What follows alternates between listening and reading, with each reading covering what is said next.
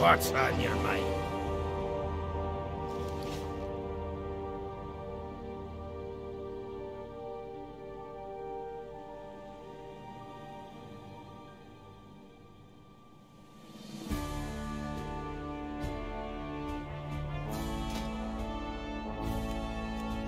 Off with you.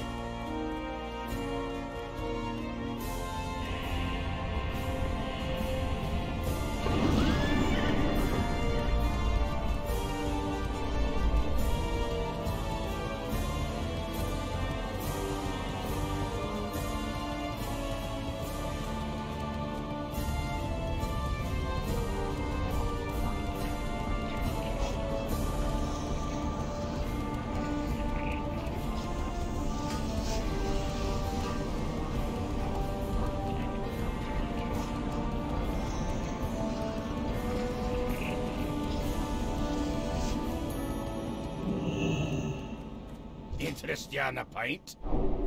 Very good.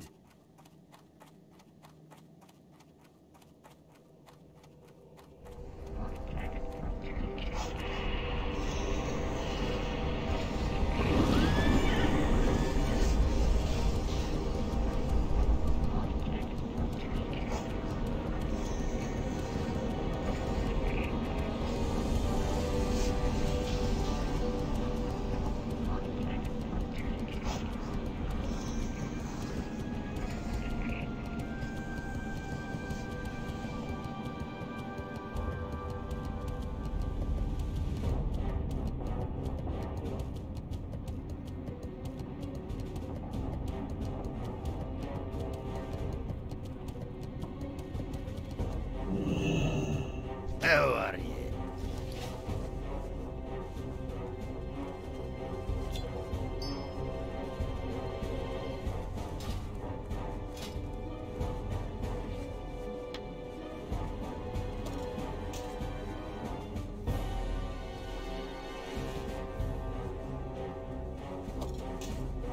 Watch your back.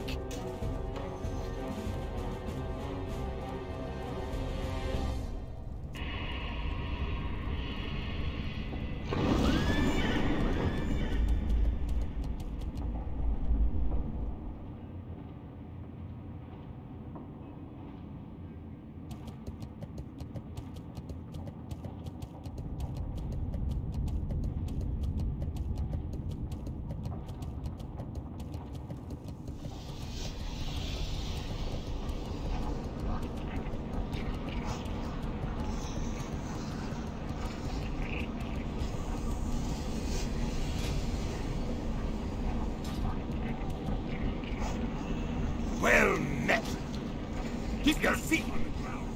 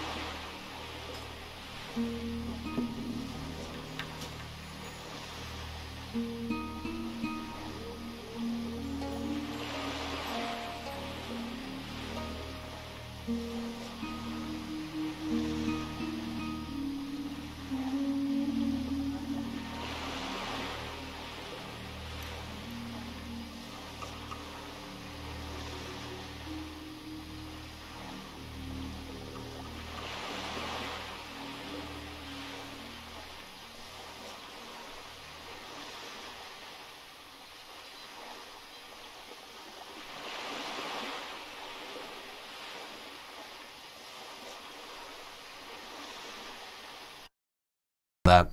But first, this episode is sponsored by Calm. For this ad break, we want you to take a break. Is offering that Isn't a back pain for that feels customer service. /Newsday. All right, back to the news now with our next story. It's an update about SoM, the encrypted phone company used by criminals around the world to do crimes, which was actually run by the FBI the whole time and then used to track and prosecute criminals in several countries. It was the ultimate honeypot, basically criminals just sending their correspondence directly to law enforcement while believing that they were actually being super careful and sneaky about it. And it led to more than 800 arrests in 16 countries in a joint operation called Operation Trojan Shield. Even SoM's own employees didn't realize they were actually doing the FBI's job for them. And if you missed our earlier coverage of this, here's the video from 5 months ago where we first talked about it. But let's take a look now at a new article from Vice's Motherboard that looks into how SoM operated as a company before the big reveal. Videos, files, and other documents obtained by Motherboard lay out the bureaucracy and structure of SoM. When Rhys Kershaw, the Australian Federal Police Commissioner, spoke in a press conference about the operation in June, he said that law enforcement had been running the company. But these documents complicate that narrative and show that the company seemingly operated somewhat autonomously. Quote, "We were never told that this project is going to be in the middle of this," one developer who worked for SoM told Motherboard, referring to the secret that the phones sent their messages to the authorities. Motherboard granted the source anonymity to protect them from retaliation. The developer said SoM management told them that their customers were corporations. Quote, "Those are our customers. That's what we were told," they said. So that's got to be a little bit awkward, assuming they're telling the truth, which they very well could be. You get hired by a company selling encrypted phones. You just assume they're being used for practical, privacy-minded purposes by VIPs at big corporations, and then, whoops, turns out you were actually selling them all to criminal organizations and also unknowingly working for the FBI. Yeah. You might then reasonably fear for your safety. That's the thing. Yeah, sounds like actually the only person involved in SoM who knew what was actually going on was its creator, a guy who made a deal with the FBI to avoid prison and who had the technical know-how and the existing network of criminal clients to make all this happen. But meanwhile, everyone else was simply running a phone company with client lists and spreadsheets and reports and customer service and so that's everything the thing. else. Now, if you're someone that works at this company, like you kind of have to be like, we had no idea this was happening because now I feel like my life is at risk because I've just sent a bunch of very dangerous people potentially to prison for a very long time. Yeah. Can I have some protection, please, Mr. Government? You would hope so. But back to the article. In all, the documents and other interviews show that SoM operated as a functioning entity in its own right, with systems for keeping track of its sales, lists of resellers, and which countries they operated in, and support for helping customers. That is, apart from the secret kept from its staff that the FBI and Australian police were using the system to monitor users. "I didn't have any suspicion that it can be used by some organization like the FBI," the developer said. I mean, there's a little bit of like, sure you didn't, buddy. Like, Yeah. when it comes to specifically what they were creating and deploying, like, there had to have at least been just a hint of this might be used for nefarious purposes. Yeah, especially like last time we talked about it, like I think Motherboard actually got their hands on one of the phones and it's like, it looks like a real phone, but it's all these dummy icons. You have to click on the alarm clock app to go into like the real UI. Yeah, there's a lot to be said about, doing it because everyone should have a respectable level of privacy or whatever, but then there's another thing where it's just like, you kind of know what you're making the phone. You could just as easily believe you're selling this to like the CIA or something. I mean, they almost did. It's like one step removed, basically. Yeah. Anyway, meanwhile, the people arrested in Operation Trojan Shield are starting to be prosecuted, and so far it is not going especially well, seemingly due to the fact that privacy laws are different depending on the jurisdiction, and in some countries, what the FBI did with Anom might not actually be admissible in court. Here's Vice again. On Tuesday, a Finnish court ruled that chat messages secretly gathered by the FBI from encrypted phone company Anom can't be used as evidence against two particular suspects, according to a report from Finnish outlet Iltalehti. Although the ruling only directly addresses the prosecution of two people, the ruling could have a knock-on effect on other prosecutions against other alleged criminals who used Anom phones. It continues, the specific ruling centers around Finnish rapper Ville Virtanen, who allegedly planned to give 10,000 euros to a drug dealer in Spain, and Kali Kalinin, charged with money laundering. Virtanen's defense argued that the Anom messages were acquired via a secret coercive measure under Finnish law, according to the Italti report. The use of that sort of information requires the most severe sentence for the particular offense to be at least 3 years imprisonment. But the maximum penalty for money laundering in Finland is 2 years, the report adds. The district court found that the Anom messages had been obtained illegally from the individuals in Finland and Spain, and the correct permits required for the surveillance were not applied for, it reads. The prosecutor said he will appeal the ruling, the report adds. So yeah, apparently under Finnish law, the methods that law enforcement are allowed to use to investigate crimes are different depending on how serious the crime is. And this kind of surveillance was found to be too invasive for crimes like drug dealing and money laundering. Also, this kind of surveillance in a lot of places, not the kind of thing you can just do and then ask for permission afterwards. Oh, you were spying on our citizens? Oh, interesting. Yeah. So yeah, I mean, it'll be interesting to see if anything like this comes up in any of the other 15 or so countries that will be prosecuting these cases, and there's apparently hundreds of cases. But hopefully, at least with the people at like the top of the chain in these criminal organizations, the ones making all the money and pulling all the levers, hopefully they're able to get some charges that stick. Yeah. But yeah, that's a pretty big plot hole in this whole plan, FBI, is if you're doing surveillance that it's illegal in a lot of the countries where these criminals are. Well, the FBI loves paperwork. They do love paperwork. Anyways, yeah, this was a particularly slow news week for tech due to the Thanksgiving holiday weekend and the Black Friday and Cyber Monday sales that dominated. I didn't buy anything this year. Oh wait, no, I did. I got gifts for my wife. I bought 3 video games on the Epic Games Store. I bought gifts for my wife. Because they were on sale. I bought a race car, Ben. Well, I bought gifts for my wife. But here's some product news that may interest you. A Nintendo Switch with a huge fucking screen.